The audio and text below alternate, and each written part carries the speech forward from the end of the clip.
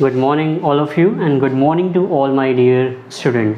Welcome to my YouTube channel. चलिए aptitude simple बनाएं Shad sir के साथ। जैसा कि मैंने अपनी लास्ट वीडियो जो इंट्रो वीडियो बनाई थी जिसमें मैंने कैलेंडर का बहुत बेस आपके साथ डिस्कस किया था, जिसमें मैंने टाइप्स ऑफ कैलेंडर आपको बताए थे।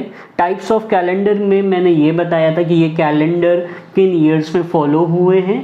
उसके बाद मैंने ग्रीगोरियन और जूलियन कैलेंडर पे डिफरेंस पे भी बात की थी और साथ में लीप ईयर का कॉन्सेप्ट जूलियन के लिए भी और ग्रीगोरियन के लिए भी डिस्कस किया था। तो इसको अगर आपको देखना है तो मेरी लास्ट वीडियो देख लीजिए। आज की जो मेरी वीडियो है ये मैं कैलेंडर का सबसे मेन कॉन्सेप्ट डेट से डे निकालना डिस्कस करने जा रहा हूँ मैं। तो अगर डेट से डे निकालना है दो टाइप से ही क्वेश्चन को साइड किया जाता है। एक क्वेश्चन को साइड करने का तरीका है कि हमें डायरेक्टली डेट दे दी जाएगी और डेट से डे पूछा जाएगा, तो यहाँ पे मुझे कोई रेफरेंस पॉइंट नहीं दिया होगा। एक दूसरा तरीका है मुझे एक डेट दी जाएगी, उसका डे भी मुझे बता दिया जाएगा और मुझसे फ्यूचर में कोई डेट का डे इस रेफरेंस पॉइंट के रिस्पेक्ट में पूछा जाएगा या मुझसे पास में किसी डे का डे इस पॉइंट के रेफरेंस में पूछा जाएगा। तो यही दो तरीके हैं जैसे जिस पे डेट से डे निकालने का क्वेश्चन बनता है।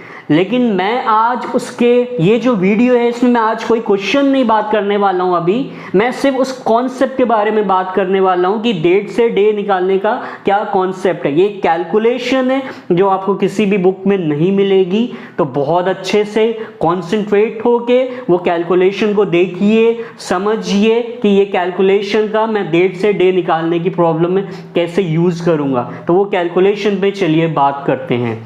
उससे पहले सबसे पहले बताइए, अगर मुझे एक डेट दी गई है, मुझे एक डेट दी गई है, ये हमारा इनपुट है, तो ऑब्वियस सी बात है मुझे इस पे कोई प्रोसेसिंग करनी पड़ेगी। प्रोसेसिंग जब मैं करूँगा इस पे तो मुझे आउटपुट मिलेगा। आउटपुट पे मुझे क्या निकालना है, आउटपुट के तौर पे मुझे जनरेट क्या करना है, डे जनरेट करना है। डे के क्या क्या ऑप्शन होते हैं हमारे पास। अगर डे के ऑप्शन की बात करें तो संडे होता है, Monday, Tuesday, Wednesday, Thursday, Friday और सैटरडे। लेकिन एक चीज़ यार गौर करिए आप लोग, डेट से अगर आप इनपुट के तौर पर जो कुछ एक्सट्रैक्ट करना चाहिए तो मुझे क्या मिलेगा, मुझे टोटल नंबर ऑफ डेज मिलेंगे यार। अगर डेट से मैं कुछ एक्सट्रैक्ट करना चाहूँ तो total number of days he extract कर सकता हूँ। और कोई नंबर है मेरे सामने, ठीक है, अगर नंबर पे मैं कोई ऑपरेशन लगाऊंगा, कोई भी मैथमेटिकल ऑपरेशन लगाऊंगा तो ऑब्वियस सी बात है एक नंबर ही जनरेट होगा। तो भाई ये आउटपुट कैसे आएगा, इसी को रिजॉल्व करने के लिए एक कॉन्सेप्ट आया जिसको लोग कहते हैं ऑड डे। ऑड डे कुछ भी नहीं है यार, ऑड डे कुछ भी नहीं है। ऑड डे बस एक तरीका है जिसके थ्रू मैं एक नंबर की मैपिंग डे से करता हूँ। और वो निकाला कैसे जाता है, जैसे आपके पास टोटल नंबर ऑफ डेज आए, आप क्या करिए उसको 7 से डिवाइड करिए। 7 से डिवाइड करने के बाद जो भी रिमाइंडर आए, कोई भी नंबर अगर मैंने 7 से डिवाइड किया तो रिमाइंडर की क्या पॉसिबिलिटीज़ हैं, 0 रिमाइंडर आएगा, 1 आएगा, 2 आएगा, 3 आएगा, 4 आएगा, 5 आएगा, 6 आएगा। तो यही 7 ऑप्शन आएंगे। 7 से डिवाइड करने पे रिमाइंडर के 7 ऑप्शन आएंगे। अब मैं क्या करने जा रहा हूँ, इन नंबर्स को अपने डे से मैप कर दूंगा। मैं अभी ग्रीगोरियन कैलेंडर को ही कंसिडर कर रहा हूँ क्योंकि ग्रीगोरियन कैलेंडर ही अभी प्रेजेंटली चल रहा है और ग्रीगोरियन कैलेंडर का एजम्पशन है कि संडे को उन्होंने ओरिजिन मान रखा, इसलिए मैंने इसको 0 लिखा। जो ऑड डे काउंट है उसको 0 को संडे से मैप किया, 1 को मैंने मंडे से मैप किया, 2 को मैंने ट्यूसडे से और 3 को वेडनेसडे से, 4 को थर्सडे से, 5 को मैंने फ्राइडे से किया है और 6 को मैंने सैटरडे से। इसी मैपिंग को मैं स्टैंडर्ड टेबल कहता हूँ। इसी मैपिंग को मैं स्टैंडर्ड टेबल कहता हूँ जिसको मैं यूज़ करूँगा जब भी मैं कैलकुलेशन करूँगा डेट से डे निकालने की। इसको मैं स्टैंडर्ड टेबल कहता हूँ और यही ऑड डे है। ऑड डे मतलब कैसे निकालना, जितने टोटल नंबर ऑफ डेज होंगे उसको 7 से आपको डिवाइड करना है, रिमाइंडर नोट करना है और फिर इस टेबल से मैप करना है। ऑड डे काउंट आपकी कभी भी 6 से बड़ी नहीं होगी, ये बात बहुत गौर से ध्यान से में रखिएगा। कभी भी अगर कभी भी आप क्वेश्चन सॉल्व कर रहे हैं और ऑड डे काउंट आपकी 6 से बड़ी आ रही है तो इसका मतलब क्लियरली यही है कि मैंने बहुत सारे ऑड डेज का या बहुत सारे ईयर्स के ऑड डे को आपस में मर्ज किया है तो ऑब्वियस सी बात है ये काउंट 6 से बड़ी होगी। फिर हमें क्या करना है, फिर से उसका मॉड्यूलस 7 कर देना है और जो काउंट आएगी वो एक्चुअल में हमारी ऑड डे काउंट होगी। तो हमारी ऑड डे काउंट कभी भी 6 से बड़ी नहीं होगी, 0 से स्टार्ट होगी, 6 पे एंड हो जाएगी। अब एक दिक्कत और आई, दिक्कत ये है कि अभी मैंने क्या कहा है कि मैं टोटल नंबर ऑफ डेज का मॉड्यूलस 7 करके जो रिमाइंडर आएगा उसके अकॉर्डिंग, जो भी रिमाइंडर मुझे मिलेगा उसके अकॉर्डिंग मैं आपको डे बता दूंगा। लेकिन क्या आपको लगता है आज का दिन क्या है, आज का दिन है 4 अगस्त 2021। इसमें कितने टोटल नंबर ऑफ डेज हैं, क्या कोई मुझे बता सकता है? नहीं यार, नहीं बता पाओगे यार, मैं भी नहीं बता पाऊंगा कि कितने टोटल नंबर ऑफ डेज हैं 4 अगस्त 2021। तो हम यहाँ तक कि टोटल नंबर ऑफ डेज भी नहीं बता पा रहे हैं। ऑब्वियसली बात है नहीं बता पाएंगे कि 4 अगस्त 2021 तक कितने टोटल नंबर ऑफ डेज हैं। तो फिर मैं मॉड्यूलस 7 कैसे करूँगा और रिमाइंडर कैसे निकालूंगा और आपको डे कैसे बताऊँगा। तो इसके लिए एक कॉन्सेप्चुअल कैलकुलेशन है जो मैं हर क्वेश्चन में यूज़ करता हूँ। तो आज मैं वो कैलकुलेशन आपके सामने डिस्क्राइब करने जा रहा हूँ, तो वो कैलकुलेशन को बहुत गौर से देखें। चलिए वो कैलकुलेशन ही करते हैं अब डायरेक्टली। हाँ, तो देखिए एक ऑर्डिनरी ईयर की अगर हम बात करें, एक ऑर्डिनरी ईयर में कितने दिन होते हैं। अगर एक ऑर्डिनरी ईयर की मैं बात करूँ तो एक ऑर्डिनरी ईयर में मेरे पास 365 दिन होते हैं।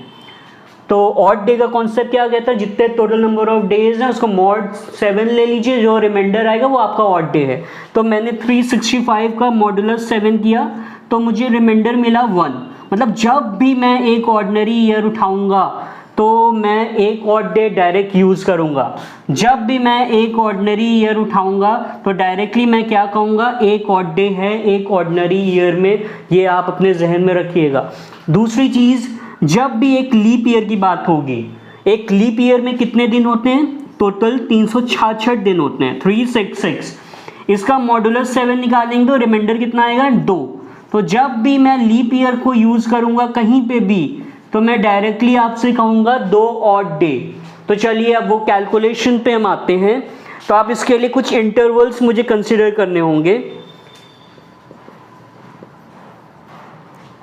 इंटरवल, उसमें कितने लीप ईयर होंगे, कितने ऑर्डिनरी ईयर होंगे, ये मुझे निकालना होगा। और फिर फाइनली इसमें कितना ऑड डे काउंट आएगा, कितना ऑड डे काउंट आएगा। तो सबसे पहले जो मैं इंटरवल लेने जा रहा हूँ वो पहले 100 ईयर्स का ले रहा हूँ। पहले 100 ईयर्स का मैंने इंटरवल उठाया। पहले 100 ईयर्स में कितने लीप ईयर होंगे, एनी गेस? जितनी स्ट्रेंथ होती है आपकी, आपको क्या करना है, उसको 4 से डिवाइड करना है और जो क्वेश्चन आएगा, ये स्ट्रेंथ कितने की है इंटरवल में, 100 की है। 100 को मैंने 4 से डिवाइड किया, 25 क्वेश्चन आ रहा है। मतलब मुझे नंबर ऑफ लीप ईयर 25 लिखना चाहिए। लेकिन अब मुझे जहन में आया कि जो मैंने ग्रेगोरियन कैलेंडर को लास्ट लेक्चर में डिफाइन किया था उसके अकॉर्डिंग कोई भी सेंचुरी ईयर लीप तभी होता है जब वो 400 से डिविजिबल हो, और जबकि इसमें 100 जो 25 काउंट पे इंक्लूड है वो 400 से डिविजिबल नहीं है। तो मेरे पास लीप ईयर कितने हैं, 24 हैं सिर्फ। पहले 100 ईयर के इंटरवल में लीप ईयर कितने हैं, 24। ऑर्डिनरी जितने भी बचे हुए ईयर हैं वो सब ऑर्डिनरी हैं। और मैंने आपको बताया कि जब भी एक लीप ईयर की बात होगी तो उसमें 2 ऑड डे होंगे। तो 24 लीप ईयर में कितने ऑड डे हो जाएंगे, 48। एक ऑर्डिनरी में कितने ऑड डे होते हैं, एक ऑड डे। मेरे पास कितने ऑर्डिनरी हैं, मेरे पास 76 ऑर्डिनरी ईयर हैं। तो टोटल कितने ऑड डे हो गए, 48 + 76 124। मैंने आपसे क्या कहा था कि कभी भी ऑड डे काउंट 6 से बड़ी नहीं हो सकती। मेरी ऑड डे काउंट 124 आ रही है। क्यों आ रही है, क्योंकि मैंने 24 लीप ईयर और 76 ऑर्डिनरी ईयर के ऑड डे काउंट को आपस में मर्ज किया है। तो मुझे क्या करना पड़ेगा, मुझे फिर से मॉड्यूलर 7 करना पड़ेगा। मॉड्यूलर 7 किया मतलब 5 रिमाइंडर आया, मतलब पहले 100 ईयर का जब भी मैं जिक्र करूँगा, जब भी मैं 100 ईयर की स्लाइस यूज़ करूँगा किसी भी कैलकुलेशन में, मैं डायरेक्टली 5 ऑड डे लिख दूँगा। नेक्स्ट 100 ईयर को उठाते हैं। नेक्स्ट 100 ईयर में अगर बात की जाए कितने लीप ईयर होंगे, अगेन सेम कॉन्सेप्ट, 100 की स्ट्रेंथ है, 4 से डिवाइड किया, 25 क्वेश्चन आया तो 25 लीप ईयर होने चाहिए।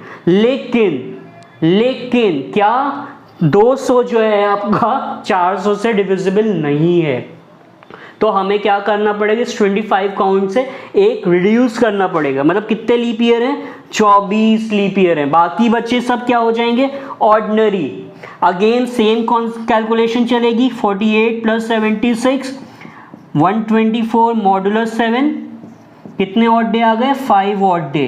मतलब पहले 100 ईयर में भी 5 ऑड डे आ रहे हैं और नेक्स्ट 100 में भी 5 ऑड डे आ रहे हैं। अब मैं क्या करूँगा, इन दोनों इंटरवल को मर्ज कर दूंगा। मतलब अगर 1 से 200 के इंटरवल के बारे में बात की जाए तो पहले 100 में 5 है और नेक्स्ट 100 में भी 5 है, फर्स्ट 100 में भी 5 है और नेक्स्ट 100 में भी 5 हैं। तो मतलब ये ऑड डे काउंट कितनी आ रही है, पहले 200 साल की अगर बात की जाए 10 आ रही है। और मैंने क्या कहा है, कभी भी ऑड डे काउंट आपकी 6 से बड़ी नहीं हो सकती। मतलब मुझे फिर से मॉड्यूलस 7 करना पड़ेगा।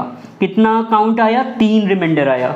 मतलब जब भी मैं कभी भी 200 साल की स्लाइस पिक करूंगा तो मैं डायरेक्टली 3 ऑड डे यूज़ करूंगा। जहन में रखिए, जब भी मैं 100 ईयर की स्लाइस यूज़ करूंगा तो ऑड डे काउंट 5 यूज़ करूंगा, और जब भी 200 की स्लाइस यूज़ करूंगा तो ऑड डे काउंट 3 यूज़ करूंगा। एक और इंटरवल लेते हैं, चलिए।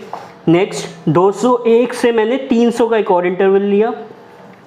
अगेन इसमें स्ट्रेंथ कितने की है, 100 की है, 4 से डिवाइड किया, क्वेश्चन कितना आएगा 25, लेकिन अभी भी 300 उसमें काउंट पे इंक्लूड हो रहा है जो 400 से डिविजिबल नहीं है। तो अगेन अभी भी ये 24 और 76 ही रहेगी। मतलब सेम कैलकुलेशन फिर से चलेगी, 48 + 76 124 मॉड्यूलर 7, रिमाइंडर कितना आया, 5 ऑड डे।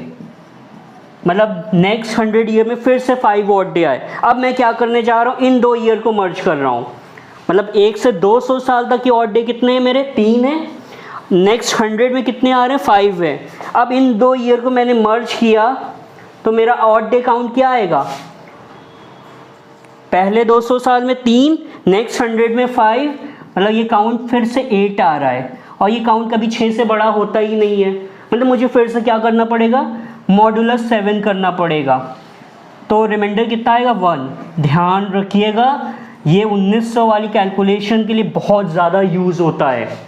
जब भी मैं 300 साल की स्लाइस यूज़ करूँगा तब मेरा ऑड डे काउंट क्या रहेगा, 1। जब मैं 100 ईयर की स्लाइस यूज़ करूँगा तो ऑड डे काउंट 5 रहेगा, और जब 200 की स्लाइस पिक करूँगा तो ये काउंट 3 हो जाएगा, और जब 300 ईयर की स्लाइस पिक करूँगा तो ये काउंट मेरा 1 हो जाएगा। अब एक लास्ट इंटरवल मुझे बस लेना है, वो है 1 से 400। इसमें कितने लीप ईयर होंगे, 1 से 400 कह रहा हूँ, गलत बोल दिया, 301 से 400। नेक्स्ट 100 ईयर का एक इंटरवल लिया मैंने, कहाँ से, 301 से 400 का।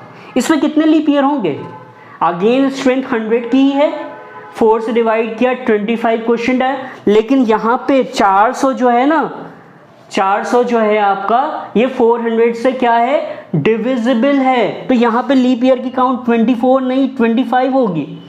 बाकी बचे हुए क्या हो गए, ऑर्डिनरी 75। और मैंने क्या बताया था, एक लीप ईयर में 2 ऑड डे, तो 25 में कितने हो जाएंगे, 50। एक ऑर्डिनरी में 1, 75 में कितने हो जाएंगे, 75। तो मतलब कितना ऑड डे काउंट आ रहा है, 125, जो कभी आ नहीं सकता। मतलब मर्ज किया है हमने, मतलब मुझे मॉड्यूलर 7 करना है। मॉड्यूलर 7 किया तो ये काउंट कितना आया, रिमाइंडर कितना आएगा, 6 ऑड डे। मतलब पहले 300 साल में ये काउंट कितनी आ रही है, 1, और नेक्स्ट 100 ईयर जो मैंने लिया है 301 से 400 का, इसमें ये काउंट कितनी आई है, 6। अब मुझे क्या करना है, इन दोनों को मर्ज करना है फिर से, बस यहीं तक ये काम करना था मुझे। 1 से 400 तक मैंने मर्ज किया तो पहले 300 में ये काउंट कितनी है, 1 है। नेक्स्ट 100 में कितनी है, ये 6 है। तो ये काउंट कितनी हुई, 7 आ गई। मैंने क्या कहा, ये काउंट कभी 6 से बड़ी नहीं होगी, तो मैंने फिर से इसका क्या किया, मॉड्यूलर 7 किया, तो रिमाइंडर क्या आया, 0। तो जब भी मैं 400 साल की स्लाइस कभी भी यूज़ करूँगा, मैं डायरेक्टली ऑड डे कितने कहूँगा, 0। ये यहाँ तक की कैलकुलेशन थी जिसको आप अपने जहन में रखिए। अब मैं कुछ पॉइंट्स टू रिमेंबर आपको बताने जा रहा हूँ जिनको आपको जहन में रखना है। कैलकुलेशन मैंने ऑलरेडी एक्सप्लेन कर दी है। अब उस कैलकुलेशन के क्या क्या पॉइंट्स आपको याद रखने हैं जिनको मैं कैलकुलेशन में नेक्स्ट वीडियो में यूज़ करूँगा। तो चलिए वो पॉइंट्स देख लेते हैं। पहला पॉइंट आपको याद रखना है कि जब भी मैं एक ऑर्डिनरी ईयर उठाऊँगा, ऑर्डिनरी ईयर में 365 दिन होते हैं और मॉड 7 करने पर एक रिमाइंडर आता है। मतलब जब भी मैं ऑर्डिनरी ईयर यूज़ करूँगा तो मैं हमेशा डायरेक्टली एक ऑड डे यूज़ करूँगा, इसको जहन में रखिएगा। दूसरा, जब भी मैं लीप ईयर उठाऊँगा तो उसमें 366 दिन होते हैं, मॉड 7 करने पर रिमाइंडर 2 आता है। तो जब भी मैं ऑर्डिनरी ईयर इस्तेमाल करूँगा तो मैं एक ऑड डे कहूँगा, और जब भी मैं लीप ईयर इस्तेमाल करूँगा तो मैं 2 ऑड डे कहूँगा। दूसरा पॉइंट जो आपको याद रखना है, जो मैंने अभी कैलकुलेशन में आपको समझाया है, जब भी मैं कभी भी किसी एक 100 ईयर की स्लाइस यूज़ करूँगा, जब भी एक 100 ईयर का इंटरवल यूज़ करूँगा ईयर में, तो मैं डायरेक्टली वहाँ पे ऑड डे काउंट क्या लिखूँगा, 5। जब भी मैं 100 ईयर का एक इंटरवल पिक करूँगा तो उसमें ऑड डे काउंट क्या लिखूँगा, 5। और जब भी मैं 200 का एक इंटरवल पिक करूँगा तब मैं इसमें ऑड डे काउंट क्या लिखूँगा, 3। ये जहन में रखिएगा। और जब भी मैं 300 की एक स्लाइस पिक करूँगा ईयर्स की तो मैं ऑड डे काउंट क्या लिखूँगा, 1। और जब भी मैं 400 की स्लाइस यूज़ करूँगा तो मैं ऑड डे काउंट लिखूँगा 0। आप लोग सोच रहे होंगे मैंने 400 तक की इंटरवल क्यों लिया, क्योंकि 400 के बाद ये रिपीट करता रहेगा। 400 के बाद 800 पे भी ऑड डे काउंट 0 रहता, 1200 पे भी ये काउंट 0 रहता, 1600 पे भी ये काउंट 0 रहता, 2000 पे भी 0 रहता। इसलिए मैंने 400 तक की कैलकुलेशन करके आपको दिखाया है। इसमें एक चीज़ और ध्यान रखिएगा, ये तीनों स्लाइस नॉन रिपीटेटिव हैं। ये तीनों स्लाइस हमारी नॉन रिपीटेटिव है, जो पहली 3 स्लाइस हैं। मतलब इसका मैं एक ही बार इस्तेमाल कर सकूँगा क्वेश्चन में। मतलब 300 की स्लाइस मैं एक ही बार यूज़ करूँगा, 100 की स्लाइस भी मैं एक ही बार यूज़ करूँगा, 200 वाली स्लाइस भी मैं एक ही बार यूज़ करूँगा। 400 वाली स्लाइस जो है ये रिपीटेटिव है, जो मैंने भी आपको बताया। इसका यूज़ मैं मल्टीपल टाइम्स कर सकता हूँ किसी भी क्वेश्चन में। तो ध्यान रखिएगा, 400 की स्लाइस जब भी यूज़ करूँगा तो ऑड डे काउंट 0 लिखूँगा। और तीसरा पॉइंट है, आपको स्टैंडर्ड टेबल अपनी याद रखनी है। आज तो लिख दे रहा हूँ, इसके बाद ये एक्सपेक्ट करूँगा कि आपको स्टैंडर्ड टेबल याद रहेगी, लिखने की ज़रूरत नहीं पड़ेगी। जब भी मैं ऑड डे काउंट 0 निकालूंगा कैलकुलेशन से तो मैं डे क्या लिख दूंगा, तुरंत संडे। और जब भी मैं 1 निकालूंगा तो इसका डे क्या होगा, मंडे। जब भी ये 2 मैं निकालूंगा तो उसका डे क्या होगा, ट्यूसडे। और 3 निकालूंगा तो वेडनेसडे। और 4 निकालूंगा तो थर्सडे। और 5 जब कहूँगा तो फ्राइडे। और 6 कहूँगा सैटरडे। तो ये 3 बहुत इम्पॉर्टेंट पॉइंट हैं आपके कैलेंडर के, जो आपको जहन में रखने हैं। इसको जहन में रखेंगे तो कैलकुलेशन बहुत आसान हो जाएगी।